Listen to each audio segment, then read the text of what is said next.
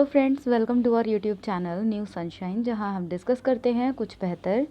Friends, आज हम discuss करने वाले हैं एक टॉपिक को जिसका नेम है पृथ्वी की गतियां। ये हम बेसिकली एससीईआरटी से डिस्कस कर रहे हैं और ये एससीईआरटी की बुक्स हैं। जो भी हमारे यूपी टेट वाले जो भी स्टूडेंट्स हैं, जो भी एस्पिरेंट्स हैं, उनके लिए बहुत ज़्यादा यूज़फुल रहने वाला है ये पृथ्वी की गतियाँ। और बाकी आप लोग भी देख सकते हैं, क्योंकि टीचिंग एग्ज़ाम्स में जितने भी हैं या जितने भी अदर कॉम्पिटिटिव एग्ज़ाम्स हैं उसमें यहाँ से क्वेश्चंस देखने को मिल जाते हैं। तो जो आने वाला हमारा यूपी टेट है, वहाँ से आप इस चैप्टर से आपको बहुत हेल्प मिलने वाली है, इस ज्योग्राफी के पोर्शन से।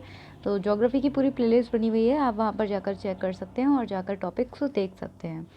अभी कुछ ज़्यादा टॉपिक नहीं है, लेकिन फिर भी हाँ, धीरे धीरे करके हम ऐड कर रहे हैं उसमें टॉपिक्स को। तो बिना देर किए स्टार्ट करते हैं हम अपना आज का ये वीडियो। पृथ्वी की गतियाँ। क्या आपको मालूम है कि जिस पृथ्वी पर बैठकर आप पढ़ रहे हैं या खेल रहे हैं, वह पृथ्वी लगातार घूम रही है और इसका हमें एहसास भी नहीं होता है। पृथ्वी कैसे घूमती है? हमारे सौरमंडल के सभी 8 ग्रह अपनी अक्ष यानी कि एक्सिस पर लट्टू की तरह घूमते हुए अपनी अपनी कक्षा यानी कि ऑर्बिट में सूर्य की परिक्रमा करते हैं। जो जितने भी हमारे ग्रह होते हैं वो सभी सूर्य की परिक्रमा करते हैं अपनी धुरी पर घूमते हुए, यानी कि अपने अक्ष पर घूमते हुए। धुरी भी नहीं बोलेंगे, धुरी होता है मतलब अपनी जगह पर घूमना, अपने अक्ष पर घूमते हुए मतलब जो सूर्य की परिक्रमा का लगाते हैं ये, ठीक है। अपनी कक्षा में, इनकी एक कक्षा होती है बनी हुई, एक पाथ होता है बना हुआ, उस पर घूमते हैं। इसी प्रकार हमारी पृथ्वी भी अपनी धुरी पर घूमते हुए सूर्य के चारों ओर परिक्रमा करती है, ठीक है। तो देख लेते हैं। पृथ्वी का अपनी धुरी पर घूमना या घूर्णन करना पृथ्वी का परिभ्रमण रोटेशन कहलाता है। यानी कि पृथ्वी जब अपनी ही धुरी पर घूमती है, यानी जहाँ पर वो होती है अपने ही ध्रुव पर घूमती है जब वो चारों तरफ, तो उस घूमने को हम कहते हैं परिभ्रमण यानी कि रोटेशन, ठीक है। इसी प्रकार पृथ्वी द्वारा अपनी कक्षा में सूर्य के चारों ओर परिक्रमा करना परिक्रमण यानी कि रिवोल्यूशन कहलाता है। इसको कुछ इस तरह से समझेंगे। वैसे ये यहाँ पर चित्र बनाया गया है, इससे समझ सकते हैं। जैसे ये जो पृथ्वी है, पृथ्वी के ये जो पोल हैं, तो जब ये पृथ्वी अपने इन पोल पर जब घूमती है अपनी ही प्लेस पर, इस तरह से जब घूमती है गोल गोल अपनी ही प्लेस पर, तो इसको क्या बोलते हैं? इसको हम बोलते हैं परिभ्रमण, ठीक है। ये लिखा है ना, अपनी धुरी पर जब घूमती है तो उसे क्या बोलते हैं? परिभ्रमण। और परिक्रमण क्या होता है? तो जैसे सपोज ये सूर्य है, ठीक है, सूर्य के चारों ओर ये पाथ है पृथ्वी का चक्कर लगाने का। तो जब पृथ्वी अपनी जगह पर घूम रही है तो वो हो गया परिभ्रमण, और जब पृथ्वी अपनी धुरी पर घूमते घूमते घूमते घूमते जब इसका चक्कर भी लगा रही है, ये क्या होगा? ये होगा परिक्रमण, ठीक है। आई होप अब ये क्लियर हुआ होगा।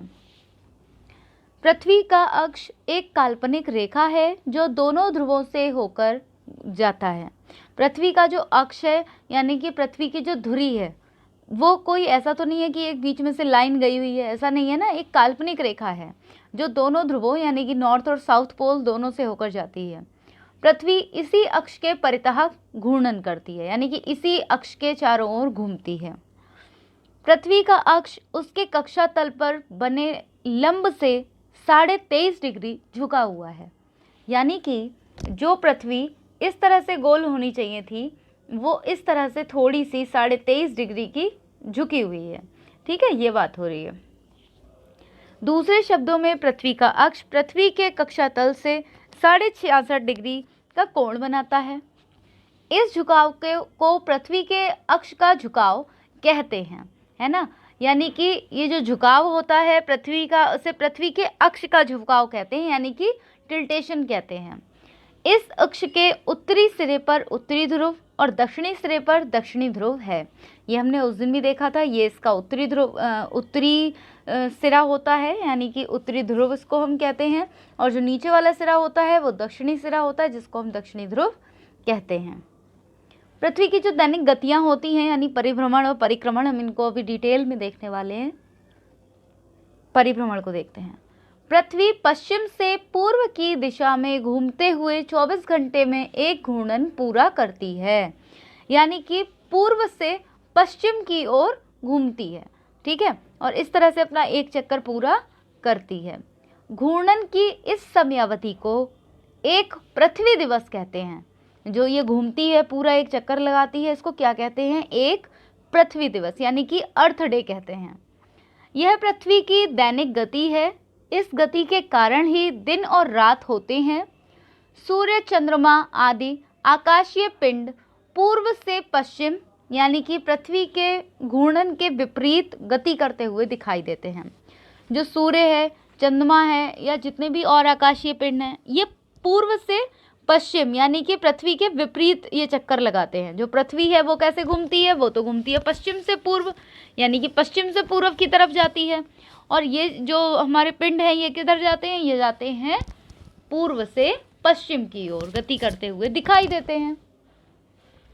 नेक्स्ट देखते हैं, पृथ्वी सूर्य से प्रकाश एवं ऊष्मा प्राप्त करती है। और किस तरह से करती है? ये पूरा डायग्राम बना हुआ है बहुत अच्छे से। जो पृथ्वी होती है वो सूर्य से ही उसे ऊष्मा भी मिलती है और प्रकाश भी मिलता है। जैसे जब ये अपने सिरे पर जब घूम रही होती है अपनी धुरी पर, तो क्या होता है? जो पार्ट इसका सूर्य की तरफ होता है वहाँ पर दिन होता है, सूर्य की रोशनी वहाँ जाती है, ऊष्मा व प्रकाश होता है, वहाँ पर होता है दिन, ठीक है। और जो भाग पीछे की तरफ रहता है, यानी कि जो भाग सूर्य के सामने नहीं आ पाता, उसे वहाँ क्या हो रही होती है? रात हो रही होती है। इसलिए एक समय में इसके आधे भाग में ही सूर्य का प्रकाश पड़ता है, सूर्य की ओर आने वाले भाग में दिन होता है और सूर्य के विपरीत भाग में रात होती है। पृथ्वी ग्लोब पर जो वृत्त दिन एवं रात को विभाजित करता है उसे प्रकाश वृत्त या प्रदीप्त वृत्त, सर्कल ऑफ इल्यूमिनेशन कहते हैं, ठीक है। यानी कि ये जो है, ये वाला जो हमारा सर्कल है, ये जो वृत्त है, ये डिवाइड कर रहा है दिन को और रात को, है ना। तो इसको क्या कहते हैं? इसको हम कहते हैं प्रकाश वृत्त या प्रदीप्ति वृत्त, ठीक है। अब इसके प्रभाव क्या बताए गए हैं? पृथ्वी जो घूमती है उसके क्या प्रभाव होते हैं? एक तो क्रमशः दिन और रात होते हैं उससे, ठीक है। और सूर्य, चंद्रमा आदि आकाशीय पिंड पूर्व दिशा से पश्चिम दिशा की ओर गति करते हुए प्रतीत होते हैं। ऐसा लगता है कि ये पूर्व से पश्चिम दिशा की ओर गति कर रहे हैं, ये भी पता चलता है, ठीक है। कब?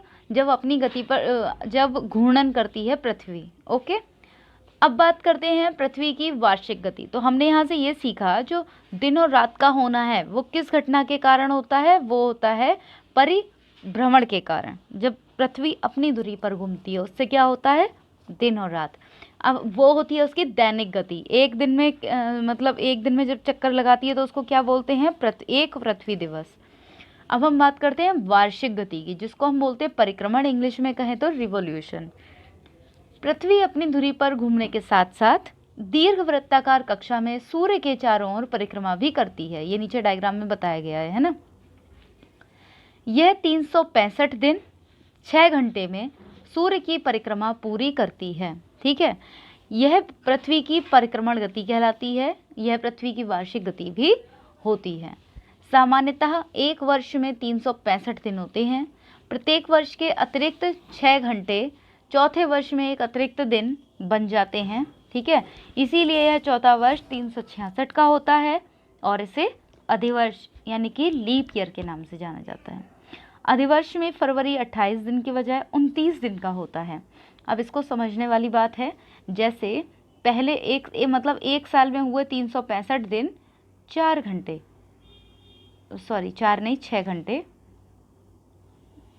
365 दिन 6 घंटे 6 आवर्स लिख लेते हैं। नेक्स्ट फिर से यही हुआ 6 आवर्स, फिर से 6 आवर्स और फिर से 6 आवर्स। तो हुआ क्या?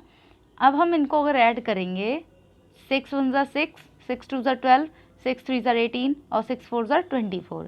तो 6 4 ज़ा 24, यानी कि आने वाला जो वर्ष होगा, जो चौथा साल होगा, वहाँ पर आते आते कितने दिन हो जाएंगे? वहाँ पर पूरे 365 दिन और 24 घंटे होंगे, है ना। चौथे साल में आकर क्या होगा? 365 डेज मतलब 365 डेज और 24 आवर्स। और हम सभी जानते हैं कि 24 आवर्स में क्या बन जाता है? एक दिन बन जाता है। तो 365 दिन और एक दिन कितने हुए? 366 दिन, 366 डेज। और हम उस ईयर को क्या कहते हैं? लीप ईयर बोलते हैं। और फरवरी का जो दिन होता है, फरवरी में जो दिन होते हैं वो कितने होते हैं? 28 दिन, ठीक है। हमें कभी गर्मी लगती है तथा हम कूलर एवं पंखे का सहारा लेना पड़ता है, और कभी भीषण ठंड में आग तापनी पड़ती है। कभी दिन सुहावने होते हैं तो कभी वर्षा से बचाव के लिए छतरी का उपयोग करना पड़ता है। ऐसा क्यों होता है? तो ऐसा भी किस लिए होता है? जब परिक्रमण होता है, यानी कि जब पृथ्वी सूर्य के चारों ओर चक्कर लगाती है तब। पृथ्वी सूर्य के चारों ओर दीर्घवृत्ताकार पथ पर परिक्रमा करती है, यानी कि दीर्घवृत्ताकार गोल फैला हुआ वृत्त होता है, उस पर परिक्रमा करती है। पृथ्वी के अपने अक्ष पर 23.5 डिग्री झुके होने और सूर्य के चारों ओर चक्कर लगाने के कारण ऋतु परिवर्तन होता है। सूर्य से पृथ्वी की औसत दूरी लगभग 15 करोड़ किलोमीटर है, जो बदलती रहती है। 3 जनवरी को पृथ्वी सूर्य के सर्वाधिक निकट होती है। इस स्थिति को उपसौर कहते हैं। ठीक है, तो ये क्वेश्चन जो हैं ये आ जाते हैं कि उपसौर क्या होता है। तो सूर्य से पृथ्वी की जो औसत दूरी है वो लगभग 15 किलोमीटर की है।